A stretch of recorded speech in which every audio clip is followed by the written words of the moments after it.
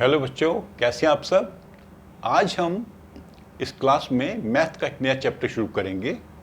वो चैप्टर का नंबर है 10 अगर आपके पास नई बुक है तो अगर आपके पास पुरानी बुक है उसमें इसका नंबर है 12। इसका टाइटल है एक्सपोनेंट्स एंड पावर्स। तो एक्सपोनेंट्स एंड पावर्स क्लास 7 में भी थोड़ा बहुत आपने समझा था और उसके कुछ रूल्स भी समझे थे। तो आज की क्लास में हम थोड़ा सा उस टॉपिक को रिवाइज कर लेंगे। मैं आपको समझाऊंगा कि एक्सपोनेंट्स एंड पावर्स का मतलब क्या होता है और जो उसके जो रूल्स हैं उनके बारे में समझेंगे।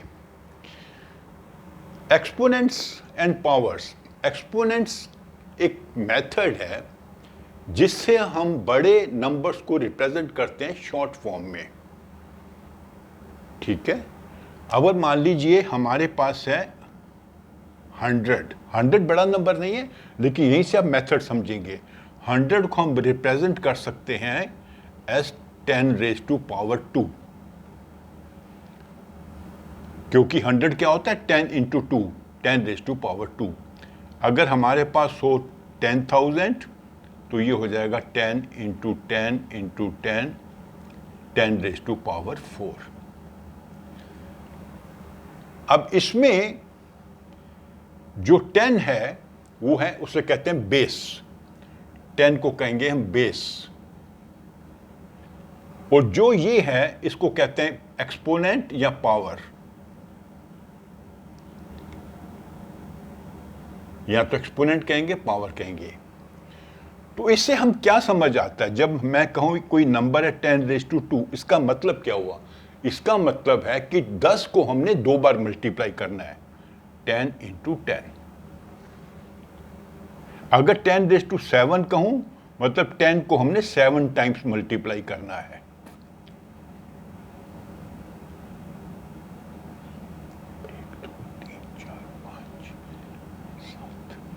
ये नंबर है जिसका आंसर क्या होगा? 1 2 3 4 5 6 7, ये नंबर है।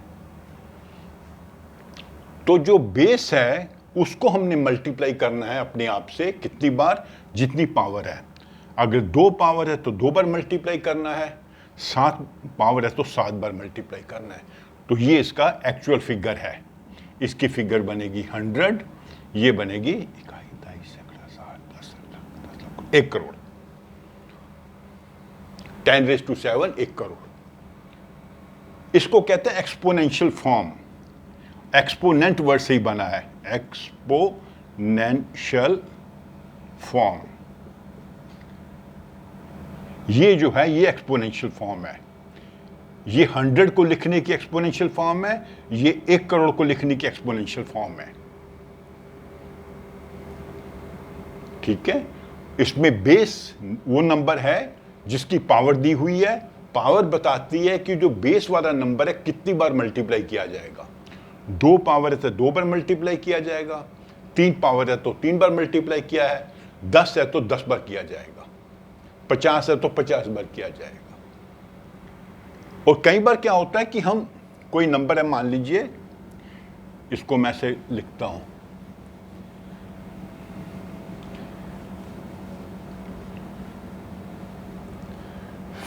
5000, तो 5 को हम क्या कर सकते हैं? 5 इंटू 1000, तो 5 into 10 into 10 into 10 is equal to 5 into 10 raise to power 3।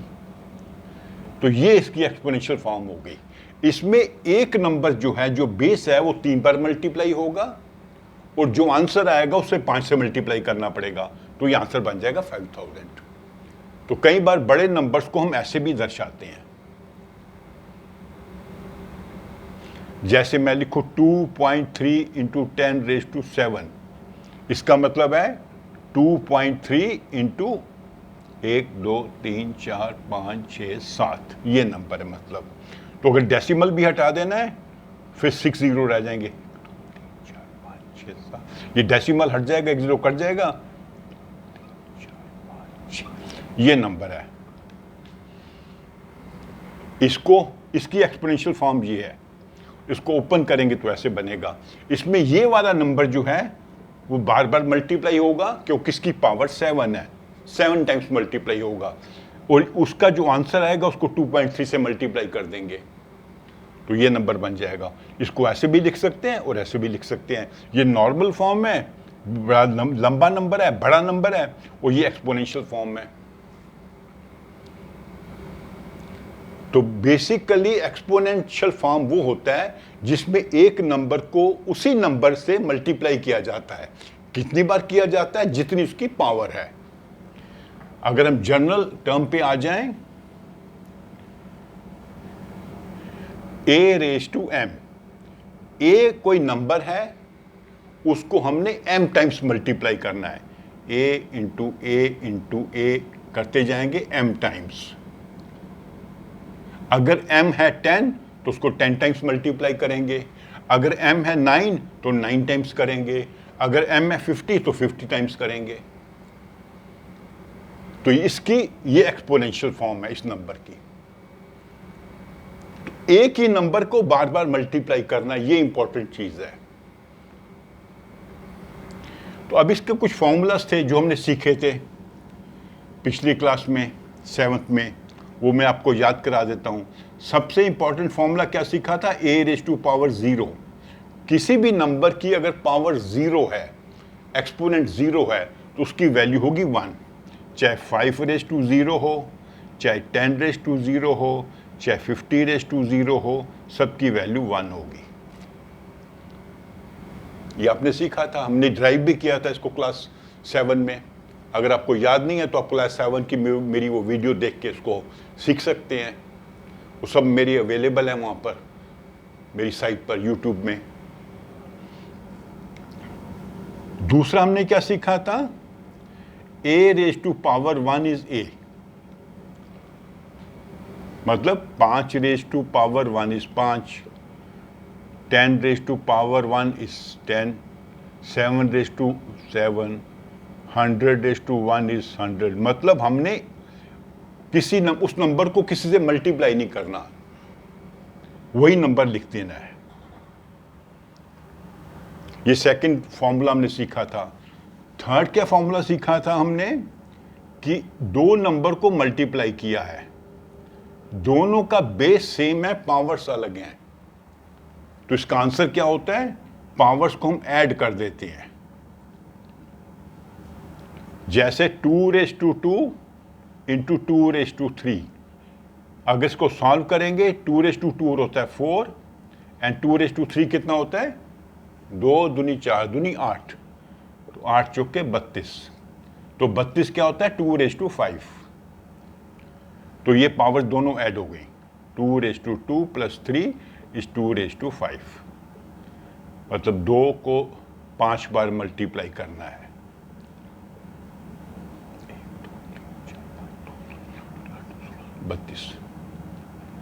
तो ऐसे भी आंसर करेंगे तो 32, ऐसे भी करेंगे तो 32।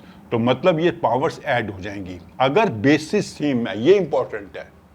अगर बेसिस डिफरेंट है तो पावर्स ऐड नहीं होंगी। तो दो एक्सपोनेंट्स को मल्टीप्लाई कर रहे हैं हम, दोनों के बेसिस सेम है तो पावर्स ऐड हो जाएंगी। उसका उल्टा क्या होता है कि अगर हम दोनों को डिवाइड कर रहे हैं, इसको इससे डिवाइड कर रहे हैं, तो ये माइनस हो जाएगा। मल्टीप्लाई करेंगे तो पावर्स ऐड होगी, डिवाइड करेंगे तो पावर्स सब्ट्रैक्ट होगी। वही करके देख लेते हैं। 2 raise to 3 divided by 2 raise to 2। 2 raise to 3 क्या होता है? 8। 2 रेज टू 2 क्या होता है? 4। 8 को 4 से डिवाइड किया 2। 2 रेज टू 1 कैसे निकला? 3 minus 2 equal to 2 raise to 1।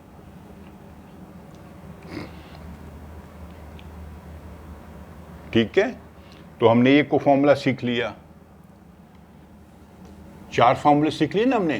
a raise to 0, a raise to 1, फिर दो नंबर है उनको मल्टीप्लाई किया गया है, उनके बेसिस सेम है, पावर्स ऐड हो जाएंगी। दो नंबर्स को डिवाइड किया गया है, उनके बेसिस सेम है, पावर्स सब्ट्रैक्ट हो जाएंगी। नेक्स्ट क्या आता है? a raise to m raise to n। मतलब ऐसे लें, 2 रेज टू 2 रेज टू 3। पहले हमने 2 को 2 बार 2 से मल्टीप्लाई करना है, 2 को 2 बार मल्टीप्लाई करना है, ऐसे लिख सकते हैं। 2 इंटू 2 रेज टू 3। ये पावर अभी ऐसे ही रहेगी, मतलब 4 रेज टू 3। तो अब 4 को 3 बार मल्टीप्लाई करना है।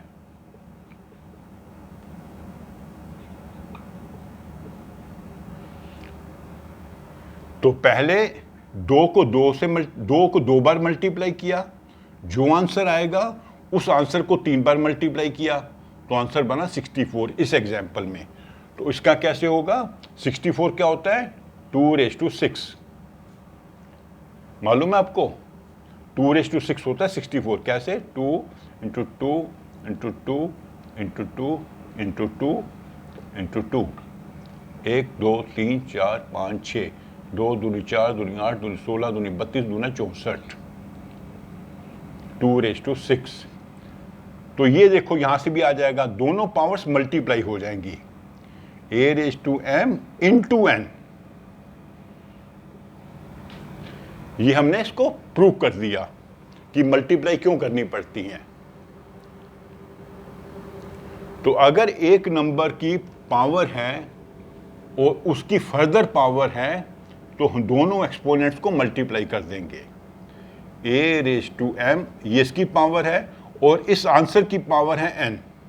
जो भी इसका आंसर आएगा उसकी आंसर पावर है n। तो हम क्या करेंगे? a m इंटू n, दोनों पावर्स को मल्टीप्लाई कर देंगे, आंसर सेम होगा।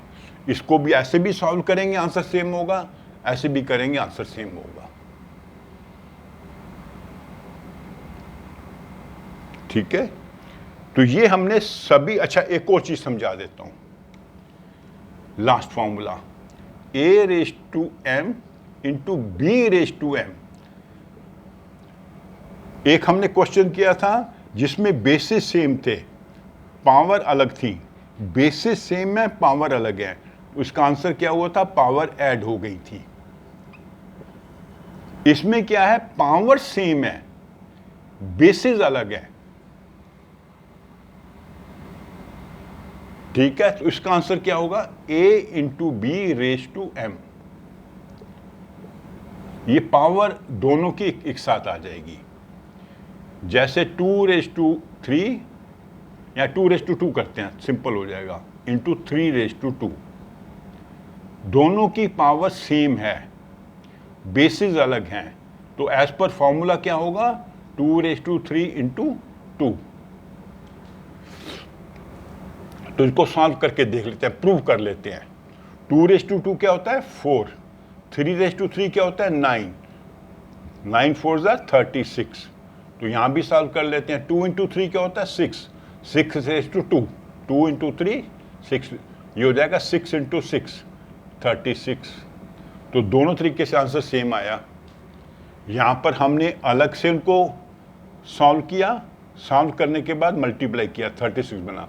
और यहां पर हमने किया कि दोनों बेसिस को मल्टीप्लाई कर दिया। मल्टीप्लाई करने के बाद में उसकी पावर से हमने उसको ओपन किया, 6 इंटू 6 36। तो ये भी एक इंपॉर्टेंट फॉर्मूला है, पर थोड़ा सा आपने ध्यान रखना है दोनों फॉर्मूला में अंतर क्या है। इसमें बेसिस सेम है तो पावर्स ऐड हो रही हैं। इसमें बेसिस डिफरेंट है, पावर सेम है, उल्टा है। Powers different, power same. Basis same, basis different. जब बेसिस डिफरेंट है तो हम बेसिस को मल्टीप्लाई कर देंगे और वो वाली पावर लगा देंगे। यहां पे m पावर है तो इसकी पावर m हो जाएगी। तो जितने भी आपके क्वेश्चंस होंगे एक्सपोनेंट्स एंड पावर्स के, इन्हीं फॉर्मूला से सॉल्व होंगे। सॉरी, कोई ना कोई फॉर्मूला आपको यूज करना पड़ेगा। वो क्वेश्चन देखते आपको समझ आ जाएगा। अगर मान लीजिए बेसिस सेम है और वो मल्टीप्लाई हो रहे हैं तो आपको ऐड करना पड़ेगा। अगर वो डिवाइड हो रहे हैं तो पावर्स को सब्ट्रैक्ट करना पड़ेगा। अगर बेसिस डिफरेंट है तो उनको कंबाइन करके आपको पावर देनी पड़ेगी। तो क्वेश्चन को देखते हुए आप समझ जाएंगे भी कौन सा इसमें हम रूल यूज करेंगे। ये सब इसके रूल्स हैं एक्सपोनेंट्स एंड पावर्स के। ठीक है? तो ये बेसिकली इस क्लास में हमने क्लास 7 का सारा रिवाइज कर लिया है। तो अगले टॉपिक में हम समझेंगे, अगले वीडियो में समझेंगे अगर पावर नेगेटिव है। A raise to m minus m. यहाँ पे पॉजिटिव पावर थी हर केस में, यहाँ पे नेगेटिव पावर है। तो इसको हम अलग से वीडियो बना के समझेंगे, ठीक है। तो अगर आपको मेरी ये वीडियो अच्छी लगी हो तो उसे आप लाइक करो, अपने फ्रेंड्स के साथ शेयर करो और मेरे चैनल को सब्सक्राइब भी करो। Thank you.